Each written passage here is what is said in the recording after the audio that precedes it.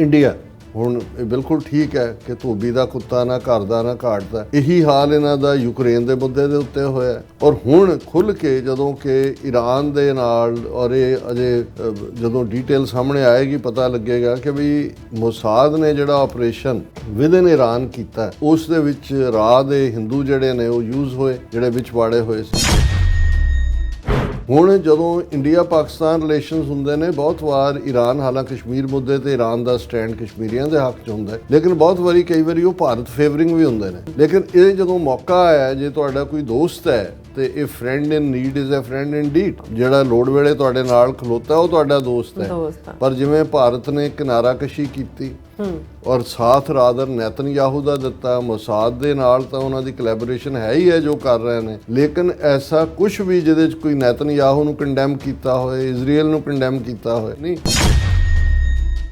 ਔਰ ਤੁਸੀਂ ਇਹਨਾਂ ਵਿਸ਼ਵ ਗੁਰੂ ਦਾ ਹਾਲ ਦੇਖੋ ਹੁਣ ਜਦੋਂ ਕਿ ਸੀਜ਼ਫਾਇਰ ਹੋ ਗਿਆ ਤੇ ਭਾਰਤ ਦਾ ਬਿਆਨ ਇਹ ਹੈ ਕਿ India stands ready to help resolve Iran Israel conflict. ਤੁਸੀਂ ਭਗੌੜੇ ਨੇਤਨਯਾਹੂ ਦੇ ਯਾਰ, ਉਹਨਾਂ ਦੇ ਮਦਦਗਾਰ, ਈਰਾਨ ਨੂੰ ਨਹੀਂ ਪਤਾ ਹੈ। ਹੁਣ ਕੱਲਾ ਈਰਾਨ ਦੇ ਮੁੱਦੇ ਤੇ ਹੀ ਨਹੀਂ, ਕਾਂਗਰਸ ਦੇ ਸਪੋਕਸਮੈਨ ਨੇ ਕਿਹਾ PM silence on Israel genocide in Gaza has diminished India's moral standing.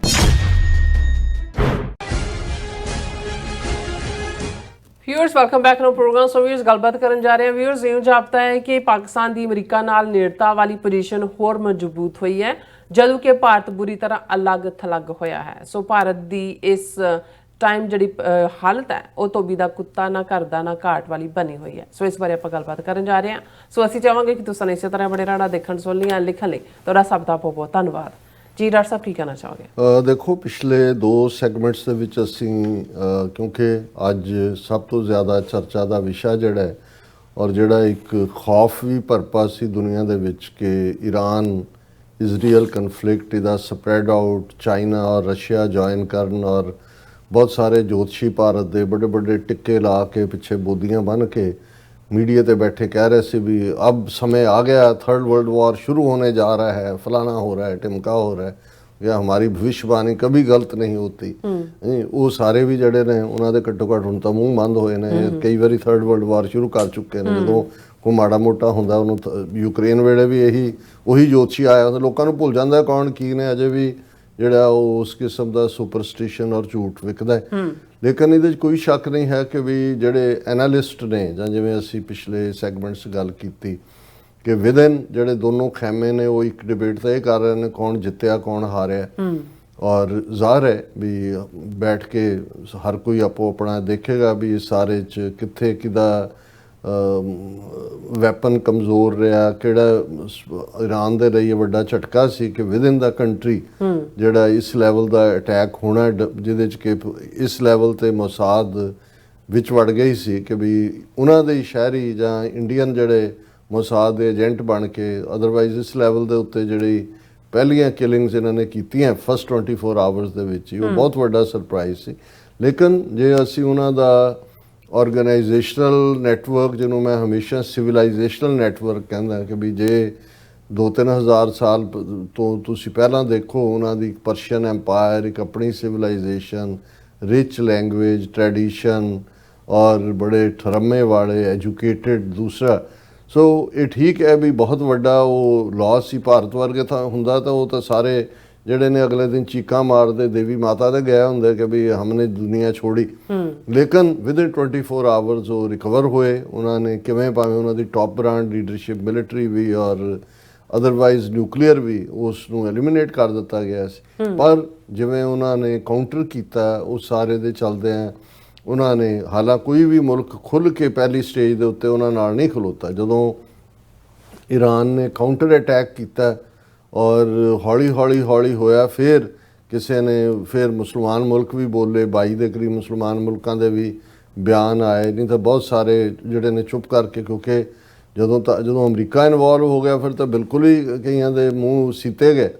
ਲੇਕਿਨ ਮੈਂ ਸਮਝਦਾ ਹਾਂ ਵੀ ਇਹਦੇ 'ਚ ਕੋਈ ਸ਼ੱਕ ਨਹੀਂ ਹੈ ਕਿ ਈਰਾਨ ਨੇ ਜਿੱਥੇ ਬਹੁਤ ਮੈਚਿਓਰਿਟੀ ਦਾ ਸਬੂਤ ਦਿੱਤਾ। ਉਹਨਾਂ ਨੇ ਦੇਖੋ ਇੱਕੋ ਵੇਲੇ ਜਿਹੜਾ ਮੁਲਕ ਵਿਕਟਮ ਵੀ ਹੋਏ, ਉਹਦਾ ਨੁਕਸਾਨ ਵੀ ਹੋ ਰਿਹਾ, ਉਹਨੇ ਡਿਪਲੋਮੇਸੀ ਦਾ ਚੈਨਲ ਵੀ ਖੁੱਲ੍ਹਾ ਰੱਖਿਆ, ਉਹਨੇ ਰਿਵੈਂਜ ਲਾਈਨ ਵੀ ਇਜ਼ਰਾਈਲ ਤੋਂ ਵੀ ਲਈ, ਅਮਰੀਕਾ ਤੋਂ ਵੀ, ਭਾਵੇਂ ਅਮਰੀਕਾ ਨੂੰ ਇਨਫੋਰਮ ਹੀ ਕੀਤਾ, ਕੋਈ ਜਾਨੀ ਨੁਕਸਾਨ ਨਹੀਂ ਕੀਤਾ ਉਹਨਾਂ ਨੂੰ ਵੀ ਸੀ, ਲੇਕਿਨ ਉਹਨਾਂ ਨੇ ਇਹ ਜ਼ਰੂਰ ਦੱਸ ਦਿੱਤਾ ਕਿ ਵੀ ਜੇ ਔਰ ਉਹਦੇ 'ਚ ਭਾਵੇਂ ਕਤਰ ਦੀ ਸੋਵਰਨਿਟੀ ਵਾਇਲੇਟ ਹੋਈ, ਉਹਨਾਂ ਦਾ ਸਾਥੀ ਮੁਲਕ ਹੀ ਹੈ, ਲੇਕਿਨ ਅਮਰੀਕਾ ਨੂੰ ਵੀ ਇਹ ਮੈਸੇਜ ਦੇ ਦਿੱਤਾ ਕਿ ਵੀ ਅਸੀਂ ਜਿਹੜੇ ਹੈ ਉਹ ਲਾਈ ਡਾਊਨ ਕਰਕੇ ਅਪਮਾਨ ਲੈਣ ਵਾਲੇ ਨਹੀਂ। ਔਰ ਜਦੋਂ ਉਹਨਾਂ ਦੇ ਲੀਡਰ 85 ਸਾਲਾ ਬਜ਼ੁਰਗ ਖਮੀਨੀ ਨੂੰ ਜਿਹੜਾ ਉਹ ਕਿਹਾ ਕਿ ਜੀ ਅਸੀਂ ਇੰਨਾ ਹੰਕਾਰਿਆ ਬੰਦਾ ਜਿਹੜਾ ਰੱਬ ਨੂੰ ਵੀ ਟਿੱਚ ਸਮਝਦਾ, ਨੈਤਨਯਾਹੂ ਨੇ ਕਿਹਾ ਕਿ ਜੀ ਇਹ ਖਮੀਨੀ ਨੂੰ ਅਸੀਂ ਕਦੋਂ ਤੇ ਕਿੱਥੇ ਮਾਰਨਾ ਹੈ, ਇਹ ਹੁਣ ਸਾਡੇ ਹੱਥ ਹੈ, ਵੀ ਤੂੰ ਰੱਬ ਹੋ ਗਿਆ, ਬੇਸ਼ਰਮ ਬੇਹਯਾ ਬੰਦੇ। ਲੇਕਿਨ ਜਿਹੜੀ ਉੱਥੋਂ ਆਵਾਜ਼ ਆਈ, ਉਹਨਾਂ ਨੇ ਕਿਹਾ ਵੀ ਇਹਨਾਂ ਲੋਕਾਂ ਨੂੰ ਇਹ ਸਮਝ ਨਹੀਂ ਹੈ ਫਲਸਫੇ ਦੀ, ਜੋ ਕੁਛ ਉਹ ਜ਼ਿੰਦਗੀ 'ਚੋਂ ਲੱਭਦੇ ਨੇ ਅਸੀਂ ਮੌਤ 'ਚੋਂ ਲੱਭਦੇ। ਇਹ ਹੈ ਜਦੋਂ ਤੁਸੀਂ ਜਜ਼ਬਾ ਸ਼ਹਾਦਤ ਦਾ ਜਾਂ ਈਮਾਨ ਦਾ ਗੱਲ ਕਰਦੇ ਹੋ। ਫਿਰ ਇਸ ਸਾਰੇ ਨੇ ਈਰਾਨ ਦੇ ਲੋਕਾਂ ਨੂੰ, ਇੱਕ ਪਾਸੇ ਉਹਨਾਂ ਨੇ ਉਹ ਰਜ਼ਾ ਪਹਿਲਵੀ ਦਾ ਮੁੰਡਾ ਇੱਥੇ ਬੁੱਢਾ ਜਾਏ ਇੱਥੇ ਕਿਤੇ ਰਹਿੰਦਾ ਨਿਊ ਜਰਸੀ, ਉਹਨੂੰ ਕੱਢ ਲਿਆ, ਉਹ ਵੀ ਆਪਣੀ ਨਵੀਂ ਸ਼ੇਰਵਾਨੀ ਤੇ ਮੇਰਾ ਖਿਆਲ ਹੈ ਚੂੜੀਦਾਰ ਪਜਾਮਾ ਸਵਾ ਕੇ ਸਮਝਦਾ ਸੀ ਕਿ ਹੁਣ ਰਜੀਮ ਚੇਂਜ ਹੋਏਗੀ ਔਰ ਮੈਂ ਜਿਹੜਾ ਜਾ ਕੇ ਉੱਥੇ ਮੈਨੂੰ ਪ੍ਰੈਜ਼ੀਡੈਂਟ ਬਣਾਉਣਗੇ।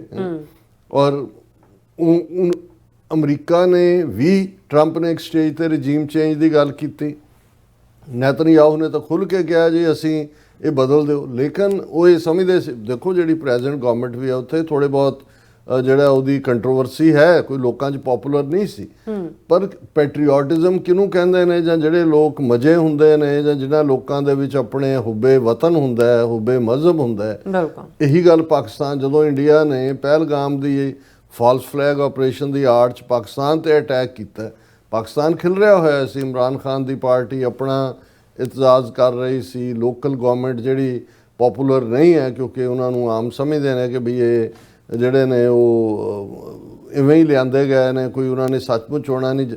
ਲੇਕਿਨ ਸਾਰਾ ਮੁਲਕ ਜੋ ਹੀ ਇੰਡੀਆ ਆਇਆ, ਪਾਕਿਸਤਾਨ ਸਾਰਾ ਇਕਮੁੱਠ ਹੋ ਗਿਆ, ਔਰ ਜਿਹੜੀ ਆਰਮੀ ਦੇ ਖਿਲਾਫ ਥੋੜੀ ਬਹੁਤ ਚੱਲ ਵੀ ਰਹੀ, ਸਾਰੇ ਜਿਹੜੇ ਨੇ ਦੇ ਸਟੂਡ ਬਿਹਾਈਂਡ ਦਾ ਆਰਮੀ। ਇਹੀ ਗੱਲ ਈਰਾਨ 'ਚ ਇਹਨਾਂ ਦੀ ਇੰਟੈਲੀਜੈਂਸ ਨੇ ਕਿਹਾ ਹੋਣਾ ਰਜੀਮ ਚੇਂਜ ਕੀ ਹੋਣਾ, ਉਹ ਤਾਂ ਅੱਗੇ ਨਾਲੋਂ ਜ਼ਿਆਦਾ ਲੋਕ ਤਹਿਰਾਨ ਦੀਆਂ ਸੜਕਾਂ 'ਤੇ ਵੀ ਨਿਕਲੇ। ਔਰ ਜਿਹੜੀ ਗੱਲ ਫਿਰ ਖੁਮੀਨੀ ਨੇ ਜਿਸ ਕਿਸਮ ਦਾ ਕਿਹਾ, ਉਹਨੇ ਕਿਹਾ ਕਿ ਵੀ ਅਸੀਂ ਲੜਾਂਗੇ, ਅਖੀਰ ਤੱਕ ਲੜਾਂਗੇ ਔਰ ਅਸੀਂ ਜਿੱਤਾਂਗੇ ਜਦੋਂ ਤੱਕ ਅਸੀਂ ਉਹ ਹੁਸੈਨੀ ਜਜ਼ਬਾ ਰੱਖਦੇ ਹਾਂ। ਕਿਉਂਕਿ ਜਦੋਂ ਕਰਬਲਾ ਦੇ ਮੈਦਾਨ ਦੀ ਗੱਲ ਹੁੰਦੀ ਹੈ, ਜਿਹੜੇ ਮੁਹੰਮਦ ਸਾਹਿਬ ਦੇ ਨਾਤੇ ਹੁਸੈਨ ਔਰ ਹਸਨ ਹੁਸੈਨ ਉਹਨਾਂ ਦਾ, ਔਰ ਉਹਨਾਂ ਦੇ ਸ਼ਾਇਦ 72 ਦੇ ਕਰੀਬ ਮੈਂਬਰ ਉਹਨਾਂ ਦੇ ਜਿਹੜੇ ਐਕਸਟੈਂਡਡ ਫੈਮਿਲੀ ਸੀ ਮੁਹੰਮਦ ਸਾਹਿਬ ਦੇ, ਉਹ ਸਾਰੇ ਮਾਰੇ ਗਏ ਸੀ। ਲੇਕਿਨ ਉਹਦੇ ਨਾਲ ਜਿਹੜਾ ਜਦੋਂ ਵੀ ਕਰਬਲਾ ਦਾ ਜ਼ਿਕਰ ਹੁੰਦਾ, ਔਰ ਜਿਵੇਂ ਉਸ ਖਿੱਤੇ ਦੇ ਕਿਸੇ ਸ਼ਾਇਰ ਨੇ ਕਿਹਾ ਸੀ ਕਿ ਇਸਲਾਮ ਜ਼ਿੰਦਾ ਹੋਤਾ ਹੈ ਹਰ ਕਰਬਲਾ ਕੇ ਬਾਅਦ, ਕਿ ਵੀ ਇਹ ਔਰ ਇਹੀ ਸਪਿਰਿਟ ਜਿਹੜੀ ਹੈ ਉਹ ਈਰਾਨ ਦੇ ਲੋਕਾਂ ਨੇ ਵੀ ਦਿਖਾਈ।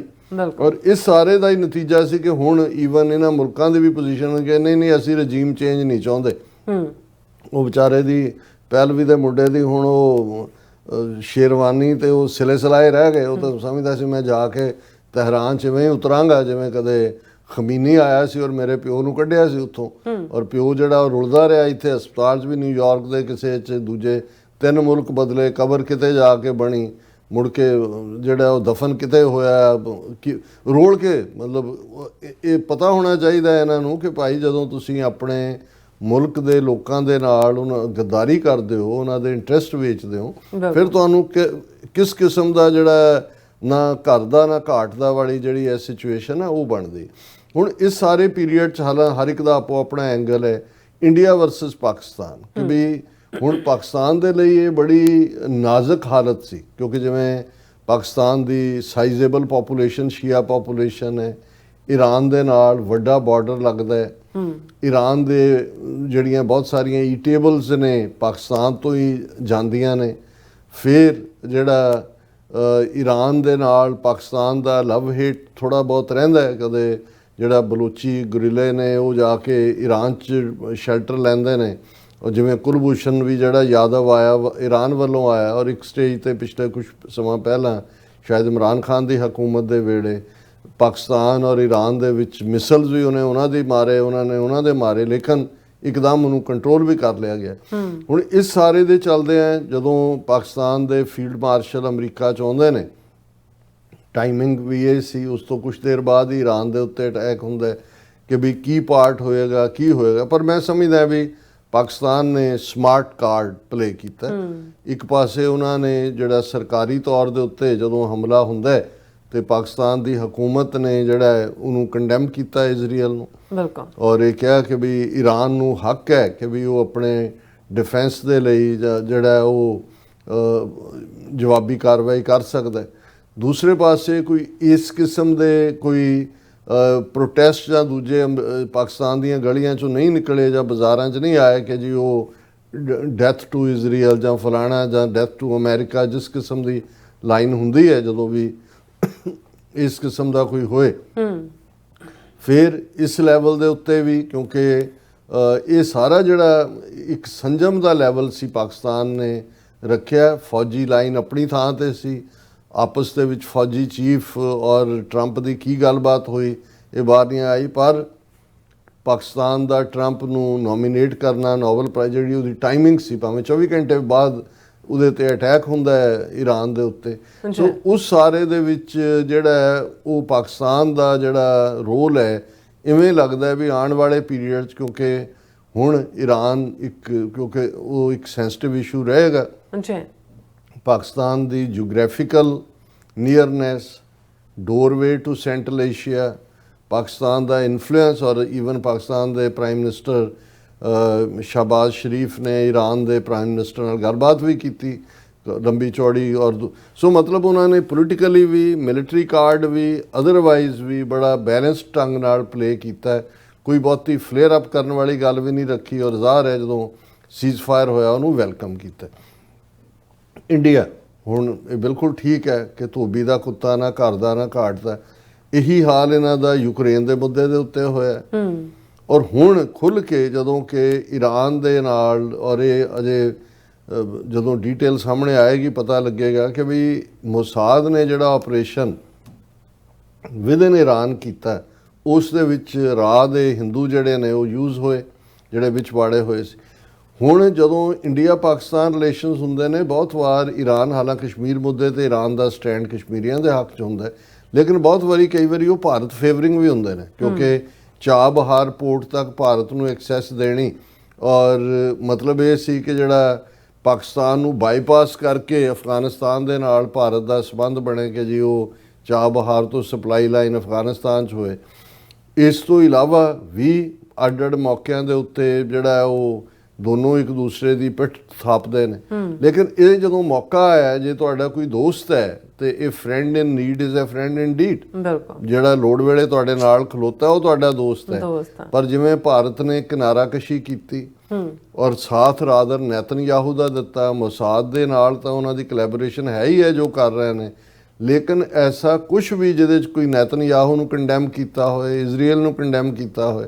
ਔਰ ਤੁਸੀਂ ਇਹਨਾਂ ਵਿਸ਼ਵ ਗੁਰੂ ਦਾ ਹਾਲ ਦੇਖੋ, ਹੁਣ ਜਦੋਂ ਕਿ ਸੀਜ਼ ਫਾਇਰ ਹੋ ਗਿਆ ਤੇ ਭਾਰਤ ਦਾ ਬਿਆਨ ਇਹ ਹੈ ਕਿ India stands ready to help resolve Iran Israel conflict. ਉਹਨਾਂ ਨੇ ਕਿਹਾ ਕਿ ਜੀ ਭਾਰਤ ਤਿਆਰ ਹੈ, ਹੁਣ ਸੀਜ਼ ਫਾਇਰ ਹੋ ਗਿਆ, ਭਾਰਤ ਨੂੰ ਜੋ ਰੋਲ ਦਿਓਗੇ ਅਸੀਂ ਈਰਾਨ ਔਰ ਇਜ਼ਰਾਈਲ ਦੇ ਵਿੱਚ ਜਿਹੜਾ ਉਹ ਕੋਈ ਵੀ ਜਿਹੜਾ ਉਹ ਸਮਝੌਤੇ ਦੇ ਕਰਵਾਉਣ ਦੇ ਲਈ ਤਿਆਰ ਹੈ। We have been following developments overnight relating to the conflict between Iran and Israel, including the US action against Iran's nuclear facility and Iranian retaliation against US military bases in Qatar. While we remain deeply concerned about the prospects for overall and sustained regional security and stability, we welcome reports of ceasefire between Israel and Iran and role played by US. फिर वो कह रहे हैं कि जी ਅਸੀਂ ready हैं, it remain deeply concerned and we are ready ਕਿ we ਅਸੀਂ ਇਹਨਾਂ ਦੇ ਵਿੱਚ ਕੋਈ ਵੀ ਜਿਹੜਾ ਉਹ ਹੈਡਲਾਈਨ ਇਹ ਦਿੱਤੀ ਹੋਈ ਹੈ, India stands ready to help resolve Iran Israel conflict. ਹੁਣ ਪਹਿਲਾਂ ਤਾਂ ਕਿਆ ਪਿੱਦੀ ਕਾ ਸ਼ੋਰਬਾ। ਦੂਸਰਾ ਤੁਸੀਂ ਭਗੌੜੇ ਨੈਤਨਯਾਹੂ ਦੇ ਯਾਰ, ਉਹਨਾਂ ਦੇ ਮਦਦਗਾਰ, ਈਰਾਨ ਨੂੰ ਨਹੀਂ ਪਤਾ ਹੈ। ਔਰ ਈਰਾਨ ਨੇ ਪਹਿਲੇ ਐਕਸ਼ਨ ਤਾਂ ਮੋਸਾਦ ਨਾਲ ਰਲ ਕੇ ਇਹਨਾਂ ਨੇ ਕਰ ਲਿਆ। ਕਿੰਨੇ ਹਿੰਦੂ ਉਹਨਾਂ ਨੇ ਫੜੇ ਹੋਏ ਨੇ, ਰਾਹ ਦੇ ਆਪਰੇਟਿਵ ਇੱਕ ਦੋ ਨੂੰ ਤਾਂ ਉਹਨਾਂ ਨੇ ਨਾਲ ਦੀ ਨਾਲ ਫਾਇਰ ਵੀ ਲਾ ਦਿੱਤਾ।